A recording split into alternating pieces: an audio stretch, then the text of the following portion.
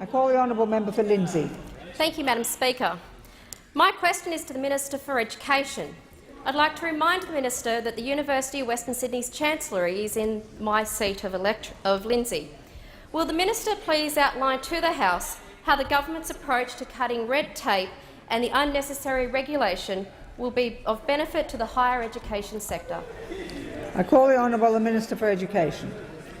Thank you, Madam Speaker. And I'm very pleased to get a question from the member for Lindsay about cutting red tape and unnecessary regulation in higher education, because I know that she has a terrific relationship with the University of Western Sydney, and in fact they'll be enormous beneficiaries by the government's reforms. But today, Madam Speaker, the Omnibus repeal bill and other repeal measures were introduced into the parliament by the Parliamentary Secretary to the Prime Minister, the member for Kooyong and other ministers, and in higher education they will make a real difference to regulation, red tape and cost. So the government is not only delivering on its promises to abolish the carbon tax and so reduce the burden on households and small businesses, it's abolished the mining tax, which was a handbrake on the growth of the economy.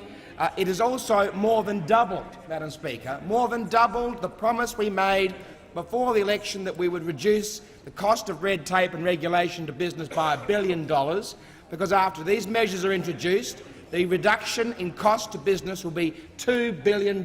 So the Prime Minister is not only the infrastructure Prime Minister, but he has certainly reduced enormously the cost of red tape and regulation on business. And in higher education, measures that we've announced today, that have been introduced today, will, for example, reduce the 4 annual reports that universities have been required to deliver on disability, indigeneity, disadvantage and the Commonwealth Scholarship Scheme, reduce those 4 reports to simply 1.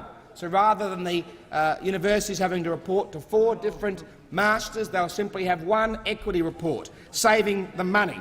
It will also free the universities from collecting the Australian Graduate Survey, and instead will contract Graduate Careers Australia to do that job, saving the universities time and money. And we've ended the Sustainable Research Excellence Staff Hours Survey. It's quite a mouthful, Madam Speaker. The Sustainable Research Excellent Staff Hours Survey, which the opposition thought in government was a good measure. It took 9.1 years of staff time for universities to collect that information, simply to tick another box in the previous government's massive red tape and regulatory burden on universities, and we are abolishing that, Madam Speaker, because we can get the information from other sources, something Labor never thought of when they were in government. They simply asked the universities to do more of their work for them. And we're also going to be reducing, through our reforms to TEXA, the regulatory burden on institutions across Australia, doing a real risk assessment rather than the current one-size-fits-all. In summary, these measures will save over $15 million for universities, money that can instead be spent on students and better quality unis. Time has elapsed.